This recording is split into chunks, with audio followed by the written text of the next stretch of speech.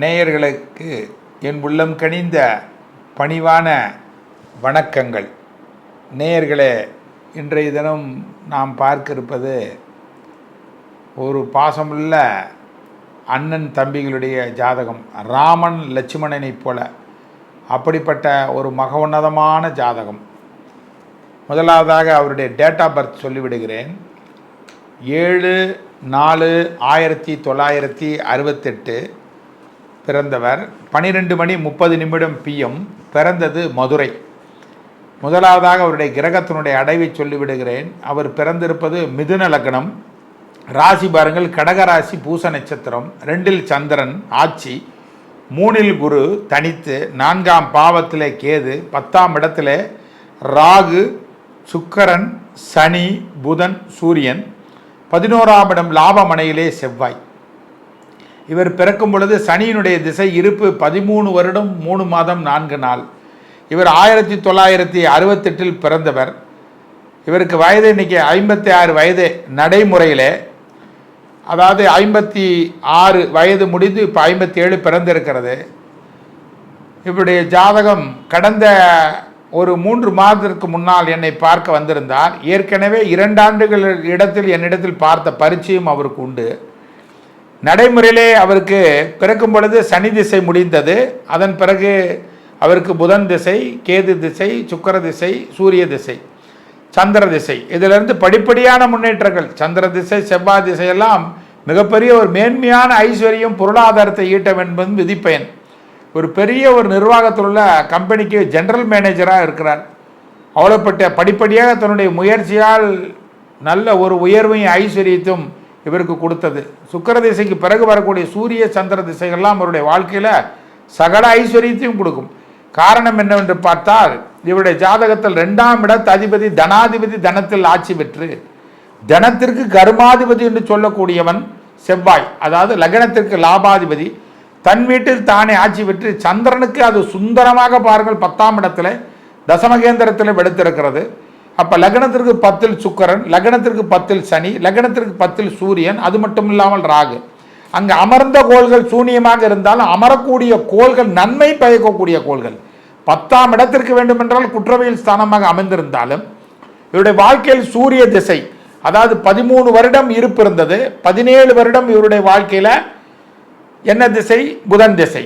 அப்போ 37 ஆண்டுகளுக்கு பிறகு அவருக்கு சுக்கிர மகா திசை தொடங்கிய காலத்திலிருந்து படிப்படியான நல்ல முன்னேற்றம் அவருக்கு. அப்போ அதற்கு அடுத்து வரக்கூடியது சூரிய திசை, சந்திர திசை, செவ்வாய் திசை. அடித்தளமாக அவருக்கு நன்கு அமைந்திருப்பதனால இந்த சுக்கிர திசையில் பன்மடங்கு உயர்வை கொடுத்தாலும் அவர்களுக்கு பெரிய கவலை, தான் பெற்ற பிள்ளைகளை நினைத்து. 3மே இவருக்கு ஆண் குழந்தை தான்.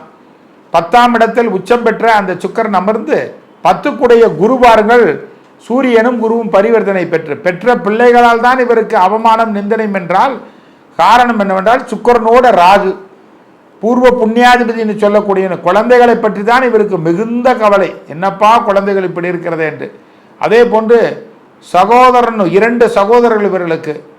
ராமன் லட்சுமணனை போன்ற அத்தனை செல்வங்களையும் தன்னுடைய சகோதரர்களுக்காக, என்னுடைய சகோதரனுங்களுக்கு 2 பேர்த்துக்கும் ஒன்றுமே தெரியாதுங்க ஐயா.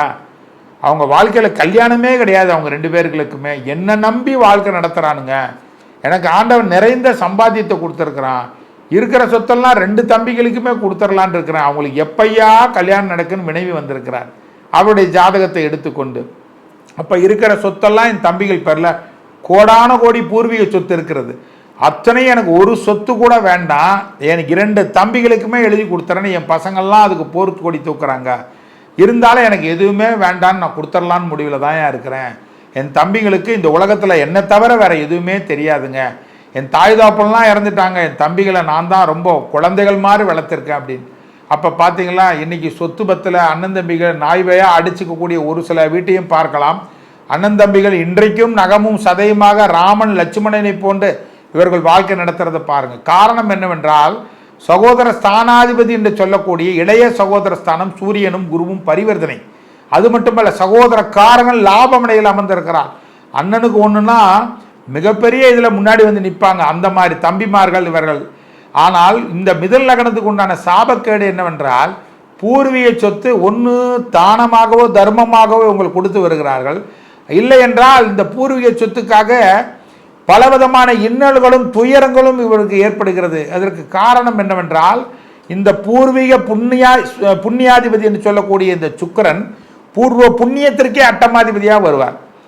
யாரோட கூடியிருந்தால் குருவோட கூடிட்டான்னு வச்சுக்கங்களேன், குழந்தைகளாகவும் இவர்களுக்கு நிம்மதி இருக்காது, பூர்வீக சொத்தாலும் இவர்களுக்கு பிரச்சனை தான். இப்படித்தான் ஒரு திருச்சி மாநகரத்தில் ஒரு தாயின் தகப்பனும் ஏஜ்டு ஓரளவுக்கு கிட்டத்தட்ட பார்த்தீங்கன்னா 74 வயது தகப்பன், தாய்க்கு 71 வயது, கணவன் மனைவி 2 பேரும் வர்றாங்க. இந்த மிதுன லக்னத்தில் குருவும் சுக்கிரனும் அமர்ந்திருக்கிறது, ராகுவோட பின்னப்பட்டிருக்கு. என்னை பார்த்த உடனே கேட்குறேன், 2 பேருமே சேம் டிட்டோ மிதுன லக்னம், உங்களுக்கு குழந்தைகளால் இந்த நிம்மதியே கிடையாதுன்னு. ஐயா, நான் குழந்தைகளை பற்றி கேட்கவே வரல, எங்களுக்கு குழந்தைகளும் இல்லை, இந்த வயசில் நான் கேட்கறதுக்காக சொல்லையா, இது பூர்வ புண்ணிய தோஷம், குழந்தைகளாலும் தோஷம், அடுத்தது பூர்வ புண்ணியத்தாலும் உங்களுக்கு தோஷம்னு சொன்னேன். அதை சொன்ன உடனே அடுத்தது நான் அந்த பாயிண்ட்டுக்கு தான் வந்திருக்கேன்.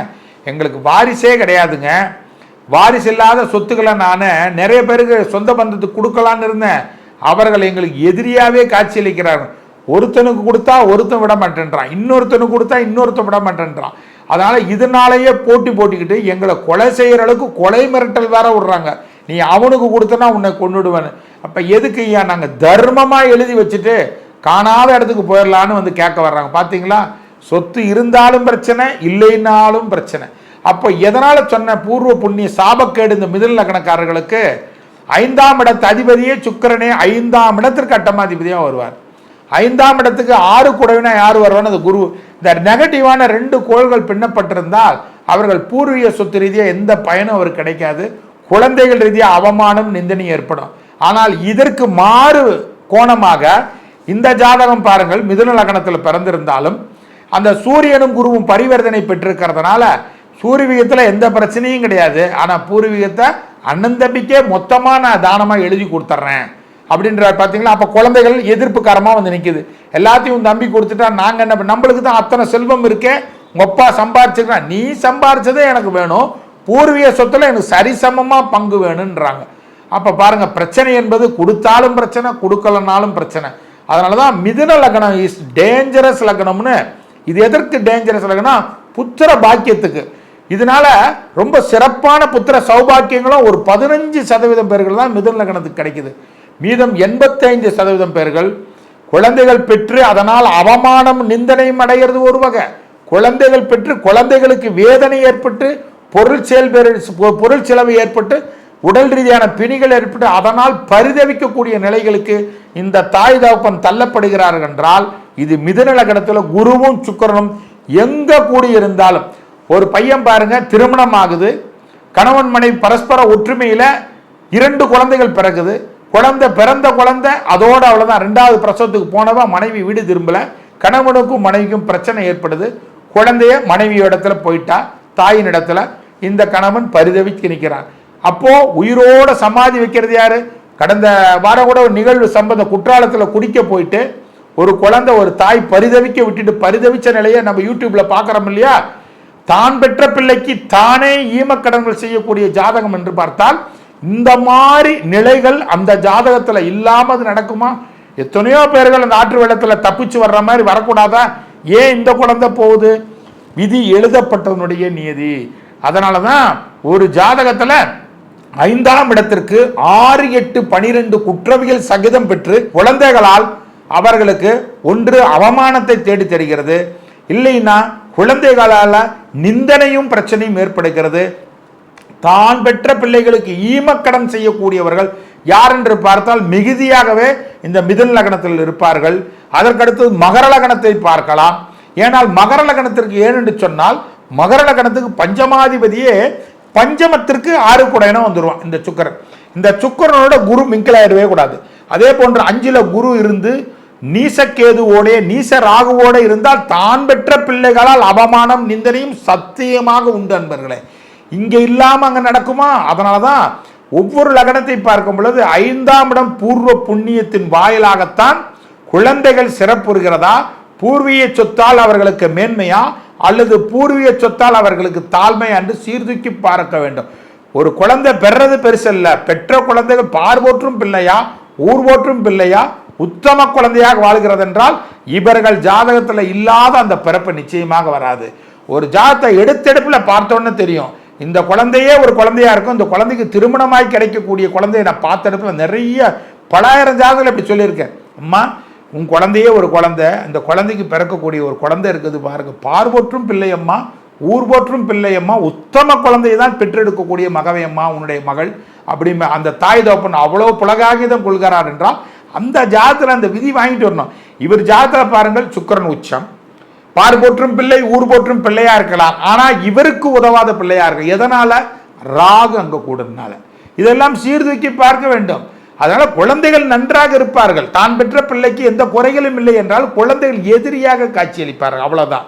அதே மாதிரி சகோதர பாசம் இங்கில்லாது எல்லாருக்கும் இல்லாது ஏன் இங்கே பொத்துக்கிட்டு வருது? காரணம், செவ்வாய் நிலமகன் அங்கே ஆட்சி பெற்று 11இல் 3ஆம் இடத்தில் இளைய சகோதர ஸ்தானத்தில் குருவால் அமரப்பெற்று பரிவர்த்தனை பெற்றனால அண்ணன் அலாதி பிரியம் கொண்ட தம்பியாக. இதே இந்த இடத்துல குருவும் சுக்கிரனும் ஒன்று கூடி சூரியனோட மிங்கில் ஆகி அதை சனிக்க பார்க்கப்பட்டால் அண்ணன் தம்பி வெட்டு குத்தெல்லாம் நிறைய நடக்கிறத இதே மிதன லக்னத்தை பார்க்கலாம். இப்படியும் ஒரு அண்ணனையும் பார்த்திருக்கிறேன், இப்படியும் ஒரு தம்பியையும் பார்க்கிறேன். இப்படிப்பட்ட மாறுகோணத்தில் இருக்கக்கூடிய ஜாதகங்கள். அப்போ அவருடைய ஜாதகத்தில் அடுத்து வரக்கூடிய திசைகள்லாம் சூரிய திசை, சந்திர திசை, செவ்வாய் திசை எல்லாம் இன்னும் நல்ல சிறப்பாக இருக்கும்.